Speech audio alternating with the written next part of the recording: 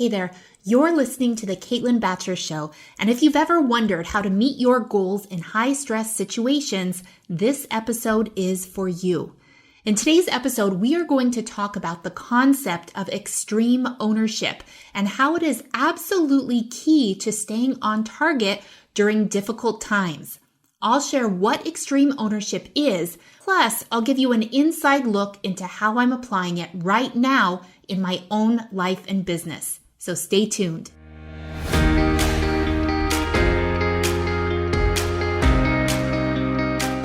My name is Caitlin Batcher, creator of Scale with Success, and I'm on a mission to help course creators all over the world grow their business in a way that is profitable and scalable. Join me here each week for revealing conversations about what it really takes to scale an online course business to millions of dollars per year without sacrificing date nights with your partner, vacation with your kids, or spa days for yourself. You'll discover the tough decisions I've had to make, the biggest failures I've had to bounce back from, and the learnings that emerged every step of the way. I am so grateful that I have the chance to share it all with you right here on the Caitlin Batcher Show.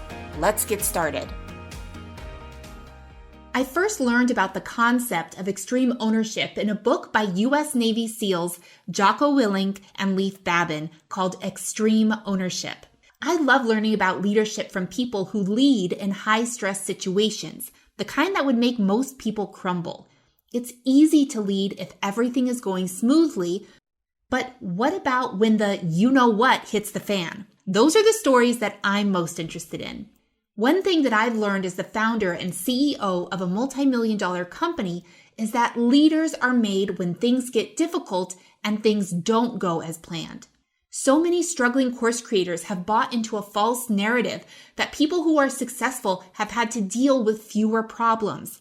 These struggling course creators spend their time avoiding problems as opposed to dealing with them. I should know because that was literally me when I first started my business. I felt ashamed and embarrassed when there were problems in my business. I believed these problems were a sign that I was not cut out to build a business. I thought everyone around me who was doing well because they had no problems. Little did I know that all business owners face problems, and just because I had a problem in my business, it didn't mean that I was any less of a business owner. Learning how to overcome problems as opposed to running away was a skill that I learned over time by practicing extreme ownership. So, what the heck is extreme ownership? Extreme ownership means being responsible for successfully meeting a goal. It means not blaming others when things go wrong and not giving up when things get hard. It means being flexible, resilient, and checking your ego at the door so you can get things done. In the book Extreme Ownership, Willink tells a story that took place while he was a Navy SEAL instructor, responsible for training thousands of Navy SEALs. In this case, he and other instructors were participating in a training exercise for a number of boat crews. Each boat crew had a crew of rowers and a leader. As part of their training, the boat crews would all compete against one another to see who could cross the finish line first. Over and over and over again they raced, the instructors shouting commands at the leaders and the leaders shouting commands at their crew. Well, the instructors noticed that something interesting was happening in every single race. Boat crew number 6 came in dead last in every single race, while boat crew number 2 always came in first. When the leader of boat crew number 6 was questioned as to why he kept losing, he complained about his team and he blamed them for losing the race. So the Navy SEAL instructor decided to put that hypothesis to the test. He decided to switch the boat crew leaders for boat number 6 and boat number 2. The crew remained the same, only the leaders were switched. Can you guess what happened at the next race? Suddenly, boat crew number 6 came in first, and boat crew number 2 came in somewhere in the middle. Not just once, but again and again and again. Boat number 6 went from coming in dead last to coming in first place every single time. The instructor did this to show their leader that the problem was not their team. It was the leadership. The leader of the boat crew that always came in first took extreme ownership of the outcome he decided to create, which in this case was to win first place. He didn't waste time in a drama triangle, playing the role of victim because a team member did something, playing the role of rescuer and trying to do the work for them, or playing the role of persecutor and blaming everyone when something went wrong. He took responsibility and led. He decided that his team would win regardless of who was on his team and what mistakes would be made. He thrived when circumstances were in his favor, and he thrived when circumstances were not in his favor. He recognized he had no control over his circumstances, but he absolutely had control of how he chose to respond to circumstances. I started practicing extreme ownership a couple years ago, and it has completely changed the way I show up as a wife and mother. A couple months ago, when we were given directives to shelter in place, I grabbed the book and read it again, and I'm so glad I did. Sheltering in place with my husband and daughter has revealed massive cracks in my own leadership. The shelter-in-place order didn't cause those cracks, it revealed them. The communication cadence I had with my family worked fine when everything was hunky-dory, but coronavirus caused our circumstances to change overnight, and I quickly discovered I had a lot of internal work to do. Practicing extreme ownership has been a real lifesaver for me during this time. It's given me the tools I need to take responsibility for how I choose to show up for my family and my business. While I can't change my current circumstances, I can absolutely change my response to current circumstances. My husband and I are both CEOs of our own businesses and are accustomed to being able to work while Callie is at school. I remember the days when she was just 2 years old and I was just starting to grow my business. Those years were challenging as she was not in school and I was building this thing from scratch. I had to be flexible, working on my business at nights and on the weekends. I had to work out a system with my husband where I would plan out my business work time well in advance because his work schedule was far less flexible than mine and we weren't in a position where we could afford childcare. Well, Callie has been in elementary school for the last 2.5 years, and during that time, let's just say my time management fell off the wagon a bit. What I mean by that is that for the last couple years, she would attend school all day. So I wasn't as efficient as I could have been, and I certainly didn't have to plan business-related tasks down to the minute.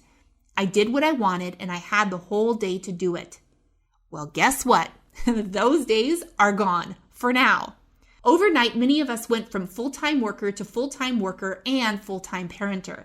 As the breadwinner for my family and the leader of dozens of employees and contractors, it was not possible for me to just hit pause on my business.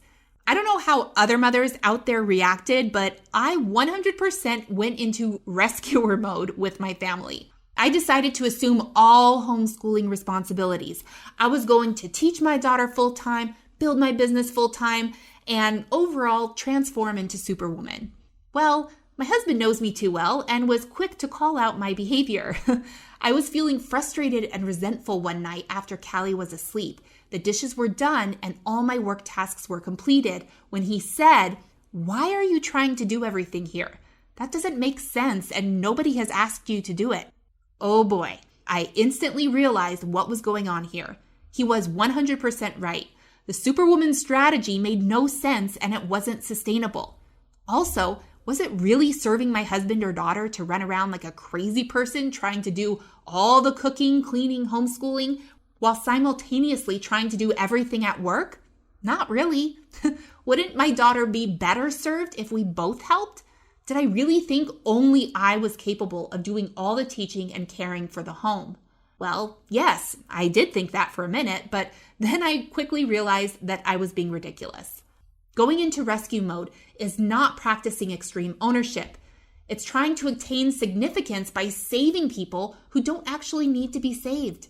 My husband and I had to come together and create a plan that would ensure Callie would be able to complete schoolwork for the 3 months that remained in her school year and that allowed us both to have time to work.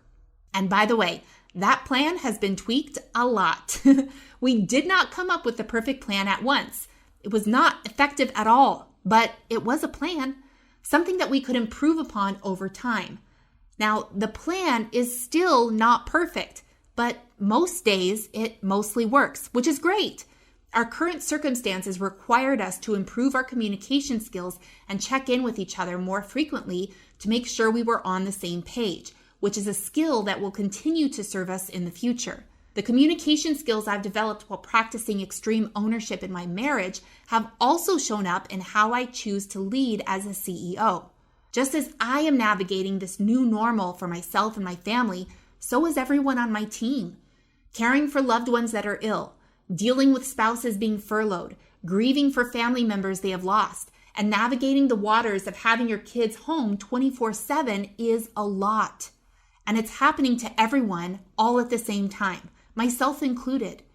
It would be really easy to sink into a hole and do nothing, to fall into a panic and run around trying to do everyone's job for them, or to start blaming others around me when things don't go as planned.